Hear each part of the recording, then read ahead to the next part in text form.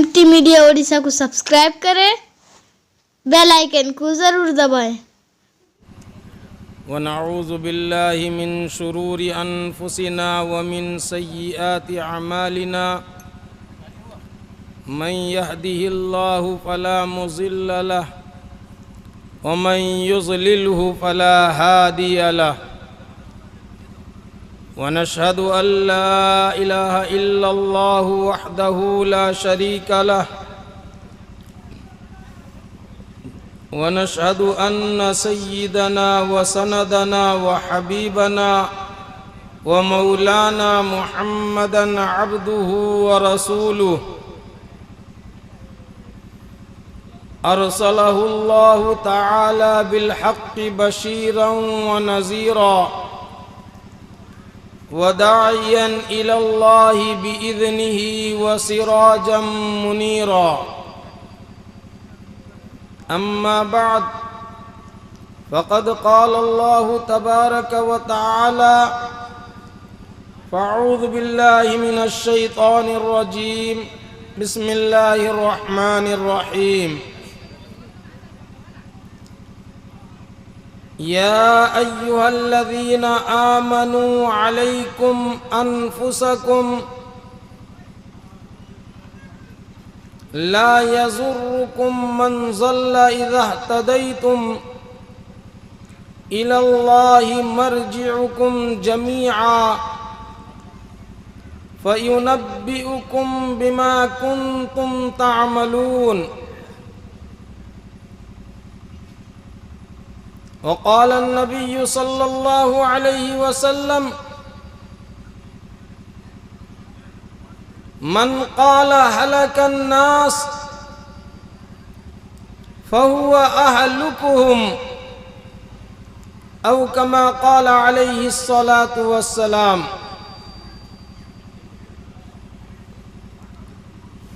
محترم حضرات، معزز سامعین کرام اور حضرات علماء کرام، صدر جلسہ، میری پیاری مائیں اور بہنیں، خواتینان اسلام،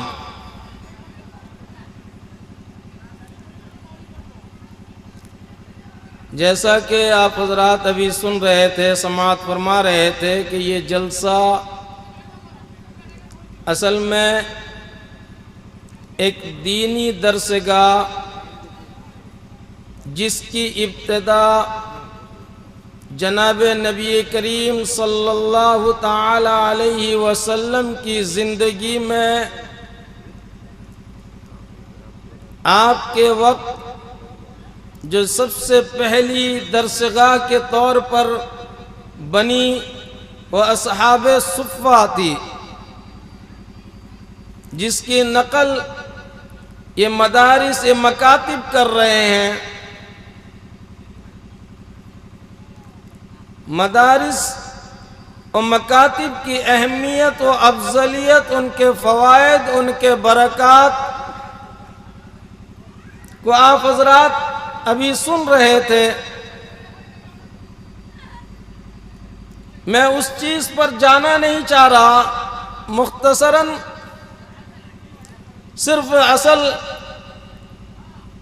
چیز کی جانب آپ حضرات کو متوجہ کرنا چاہتا ہوں کہ مدارس کی بنیاد کیوں رکھی گئی، مدارس کا وجود کیوں ہوا. مدارس ہوں، مکاتب ہوں، دینی جلسے ہوں، جلوس ہوں، جماعت کا کام ہو، اجتماعات ہو، ان چیزوں کا مقصد کیا ہے؟ اصل ہمیں اس جانب متوجہ ہونے کی ضرورت ہے، اس جانب سوچنے کی ضرورت ہے، غور کرنے کی ضرورت ہے، فکر کرنے کی ضرورت ہے. جب ہم اس چیز کے طرف نظر کرتے ہیں، دیکھتے ہیں، غور کرتے ہیں، سوچتے ہیں، صلاح مشورہ کرتے ہیں، تو ہمیں ایک نتیجہ سامنے نظر آتا ہے، وہ ہے اسلام انسان کو انسان بنانا، اصلاح کرنا، اصلاحی جلوسوں کے لیے، اصلاحی کام کے لیے اصلاحی مجلسیں منعقد ہو رہی ہیں کہ کسی طرح انسان بن جائے، انسان بن جائے۔ آئیے ماضی کی طرف ہم دیکھتے ہیں، جناب نبی کریم صلی اللہ تعالی علیہ وسلم کی آمد سے قبل مکہ اور مدینہ پہلے سے ہے، لیکن پوری دنیا کی تاریخ اٹھا کر دیکھیے، عراق و ایران، کیسر و کسرا پوری دنیا پر حکومت کر رہے ہیں، لیکن مکے کی جانب کوئی نظر اٹھا کر نہیں دیکھتا، مکے کی جانب کوئی نظر اٹھا کر نہیں دیکھتا، ان پہ حکومت کرنے کا سوچتا بھی نہیں۔ اتنے گھٹیا قسم کے انسان تھے، اتنے گئے گزرے انسان تھے کہ ان کی عادت و اخلاق کی وجہ سے، ان کے کیریکٹر کی وجہ سے ان کے اوپر کوئی حکومت کرنا پسند نہیں کرتا تھا۔ ان کی درندگی، ان کی حیوانیت، ان کی سفاکیت عام تھی۔ کون سی ایسی برائی تھی جو اس دور میں نہیں پائی جاتی تھی؟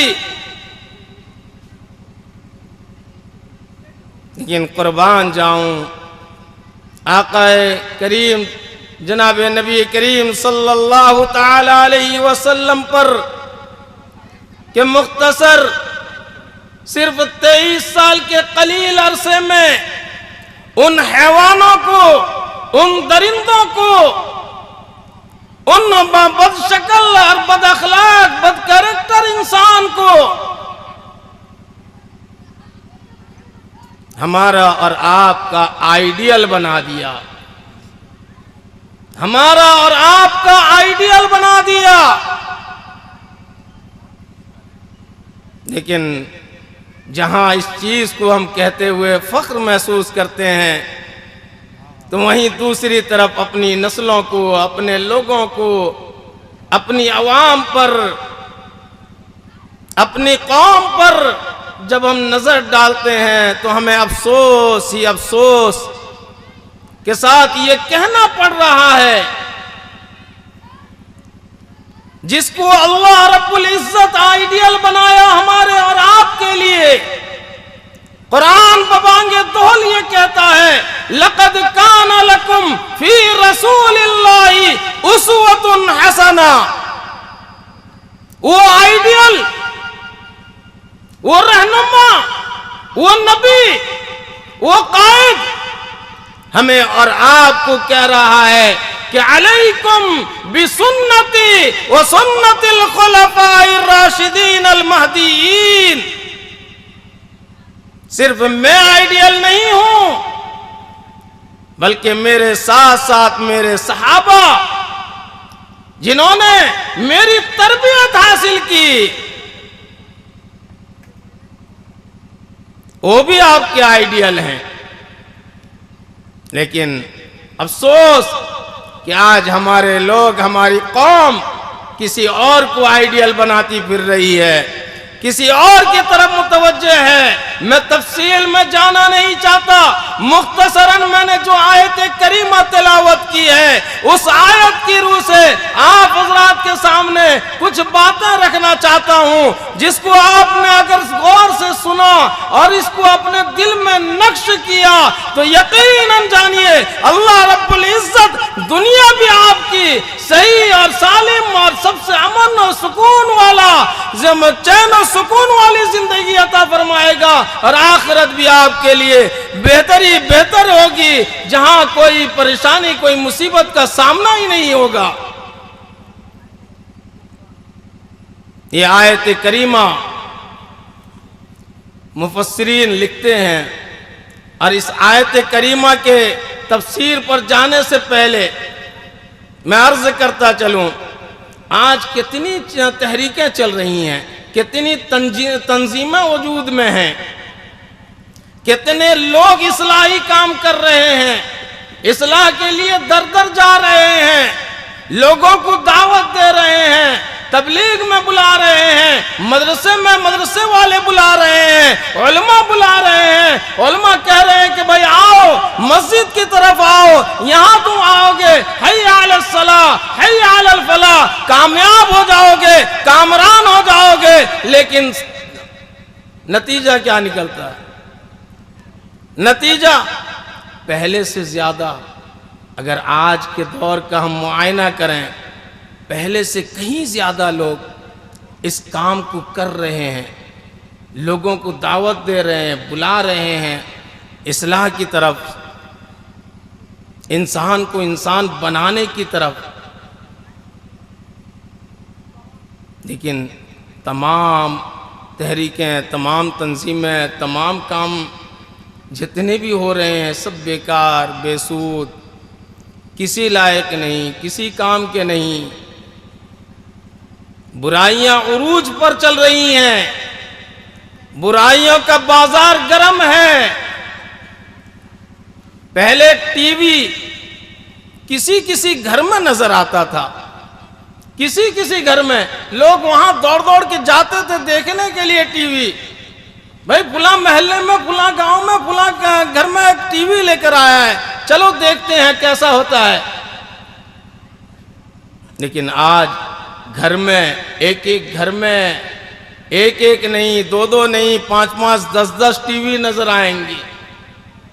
ہر ہاتھ میں ٹی وی ہے، VCR ہے، سب کچھ ہے، دنیا پوری سمٹی ہوئی ہے۔ آج تباہی کے دہانے کی طرف ہم بڑھتے جا رہے ہیں، ہماری تمام تحریکیں ناکام، تمام کام بے سود۔ تو اسی کو قرآن کہہ رہا ہے میرے بھائیوں اور بزرگوں اور دوستوں، قرآن کہہ رہا ہے کہ جیسے اللہ کے پیارے رسول کو اللہ نے جس وقت نبوت عطا کی غار حرا کے اندر، نبوت کے بعد فوراً آپ کو اعلان نبوت کے لیے حکم نہیں دیا کہ جائیے آپ نے نبوت کا دعویٰ کر کے نبوت کی طرف لوگوں کو بلائیے، اللہ کی جانب بلائیے، نہیں، بلکہ نبوت دینے کے بعد بھی 3 سال کا موقع دیا۔ 3 سال کے بعد جو وحی نازل ہوئی، دعوت کی، فکر کی، لوگوں کو جوڑنے کی، تو وہ آیت کریمہ کون سی ہے؟ اس کی طرف کسی کا توجہ نہیں۔ وہ دعوت کی آیت نازل ہوتی ہے کہ وَأَنذِرْ عَشِيرَتَكَ الْأَقْرَبِينَ، اے میرے محبوب اپنے گھر سے ابتدا کیجئے، اپنے گھر سے اس کی ابتدا کیجئے۔ نبی گھر سے ابتدا کر رہا ہے، نبی کو حکم ہو رہا ہے گھر سے، اور ہم اور آپ دوسرے کی طرف انگلی اٹھانے میں تو سب سے آگے۔ وہ ایسا کر رہا ہے، وہ ویسا کر رہا ہے، وہ فلاں کر رہا ہے، وہ تو جاہل ہے، وہ تو ان پڑھ ہے، وہ تو ایسا ہے، وہ تو ویسا ہے۔ رات اور دن پہلے یہ ہوا کرتا تھا کہ جہاں 2 3 4 5 عورتیں ہو جاتی تھیں، ایک جگہ جمع ہوتی تھیں، تو آپس میں غیبت و چغلی کیا کرتی تھی۔ اور آج کے دور میں عورتوں کے مقابل مردوں کے اندر یہ سب سے زیادہ پائی جا رہی ہے۔ ہم دوسرے پر کیچڑ اچھالنے میں سب سے آگے ہیں، چاہے ہمارا علم والا طبقہ ہو، چاہے وہ عوام کا طبقہ ہو، چاہے وہ کسی طبقے سے تعلق رکھنے والا ہو، سب سے زیادہ یہ چیز، یہ برائی ہمارے اندر ہے۔ قرآن کہہ رہا ہے کہ یا ایھا الذین آمنوا علیکم انفسکم، پہلے اپنے گریبان میں جھانکو، دوسرے پر انگلی اٹھانے سے پہلے اپنے گریبان میں جھانکو، اپنے دل کی طرف متوجہ ہو، دیکھو تم کیا کر رہے ہو، اس کی طرف نظر کرو۔ دوسرے پر انگلی اٹھانا بہت آسان ہے۔ ایک واقعہ کتابوں کے اندر آتا ہے کہ ایک شخص حضرت امام مالک رحمت اللہ علیہ جو ہمارے 4 ائمہ میں سے ایک ائمہ مانے جاتے ہیں، امام مالک رحمت اللہ علیہ کا دور ہے، ایک عورت کا انتقال ہوا، ایک عورت فوت ہو گئی، اب اس کو نہلانے کے لیے عورتیں گئی، نہلا رہی ہیں، ان عورتوں میں ایک عورت کہنے لگی کہ یہ عورت بڑی فاحشہ تھی، بدکار تھی، زناکار تھی۔ اتنا کہنا تھا، اللہ کبھی کبھی خرق عادت اپنے دکھانے کے لیے، ہمیں اور آپ کو سمجھانے کے لیے، عبرت دلانے کے لیے کچھ واقعات رونما کر دیتے ہیں، بتا دیتے ہیں، دکھا دیتے ہیں۔ تو عورت کا یہ کہنا تھا، وہ عورت کا ہاتھ اس کے جو میت عورت تھی اس کے جانوں میں اس کے چپک کر رہ جاتا ہے۔ پریشان لوگ ہاتھ جتنا نکالنے کی کوشش کر رہے ہیں، ہٹانے کی کوشش کر رہے ہیں، ہٹ نہیں رہا ہے، نکل نہیں رہا ہے۔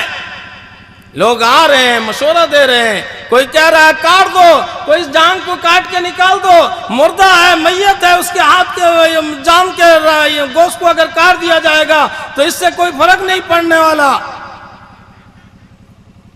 لیکن یہ بچ جائے گی۔ طرح طرح کے لوگ آئے، مشورہ دیتے رہے۔ تو علماء کا دور تھا، علماء کے پاس بھی جا کر مسئلہ معلوم کر رہے ہیں، کیا کریں؟ تو مسئلہ معلوم کرتے کرتے حضرت امام مالک رحمت اللہ علیہ کے در پہ پہنچتے ہیں اور ان سے یہ بات عرض کرتے ہیں، تمام واقعات کا تذکرہ کرتے ہیں، اس کے بعد کہتے ہیں اس کا حل کیا ہے، ذرا فرما دیجئے، بتا دیجئے۔ امام مالک رحمت اللہ علیہ فرماتے ہیں اس کا حل یہ ہے کہ یہ عورت اس کے اوپر تہمت لگائی ہے، الزام لگا رہی ہے، بہتان تراش رہی ہے، لہذا اس عورت سے کہا جائے کہ فوراً اپنے اللہ سے رجوع ہو، توبہ کرے، استغفار کرے، تبھی بات بن سکتی ہے، مسئلے کا حل ہو سکتا ہے، ورنہ تو نہیں ہو سکتا۔ میرے بھائی اور دوستو، بہت آسان ہے، زبان ہے، 2 انچ کا زبان ہے، جس کے خلاف میں جو چاہے الزام تراشی کر دو۔ میں آیت کریمہ میں بہت وقت لے لیا، بھی مختصراً عرض کرتے ہوئے کہ اس کے بعد اللہ کہہ رہا ہے کہ یا ایھا الذین آمنوا علیکم انفسکم لا یضرکم من ضل اذا اہتدیتم الی اللہ مرجعکم جمیعا۔ دوسرے کی کوئی برائی تمہیں نقصان نہیں پہنچائے گی، دوسرے کی گمراہی تمہیں نقصان نہیں پہنچائے گی، دوسروں کی ضلالت تمہیں نقصان نہیں پہنچائے گی۔ الی اللہ مرجعکم جمیعا۔ تھوڑی دیر کے لیے، ابھی جو پچھلے اس میں بتا کر گئے، تھوڑی دیر کے لیے سوچ لو کہ کل قیامت کا دن ہوگا، الی اللہ مرجعکم جمیعا ہوگے، سب کے سب اللہ کی جانب جمع ہوگے، اس اللہ کی جانب۔ کس اللہ کی جانب؟ کس اللہ کے پاس جمع ہوگے؟ کون اللہ؟ آج دنیا میں تو کر لیے، دنیا میں تو ایک دوسرے پر بہتان تراشی کر لیے، الزام لگا دیے، چغلی کر لیے، غیبت کر لیے، سب کچھ کر لیے۔ ارے وہاں جانے کے بعد دیکھا جائے گا جو ہوگا۔ اس اللہ کے پاس تمہیں حاضری دینی ہے، اس اللہ کے پاس تمہیں جانا ہے۔ فَسَتَعْلَمُونَ إِلَى اللَّهِ مَرْجِعُكُمْ جَمِيعًا فَنُنَبِّئُكُمْ بِمَا كُنْتُمْ تَعْمَلُونَ۔ اس اللہ کے پاس تمہیں حاضری دینی ہے جو اللہ تمہارے دلوں کے بھیدوں سے واقف ہے، دلوں کے بھیدوں کو جانتا ہے، اس اللہ کے پاس حاضری دینی ہے۔ لہذا سوچ لیں تھوڑی دیر کے لیے، یہ آیت آج دل میں یہ نقش کر کے جائیں، یہ نقش کر کے جائیں۔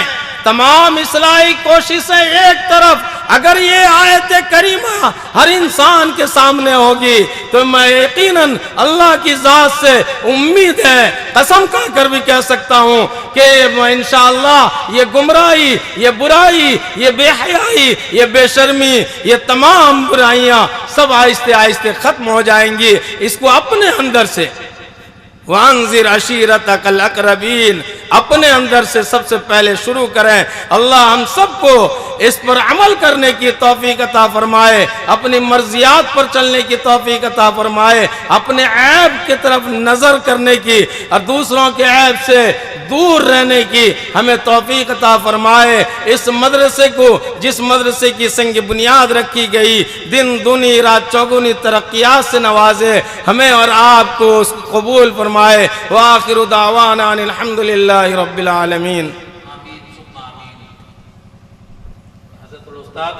اگر ویڈیو اچھی لگی تو لائک کریں اور تمام دوستوں کو شیئر کریں۔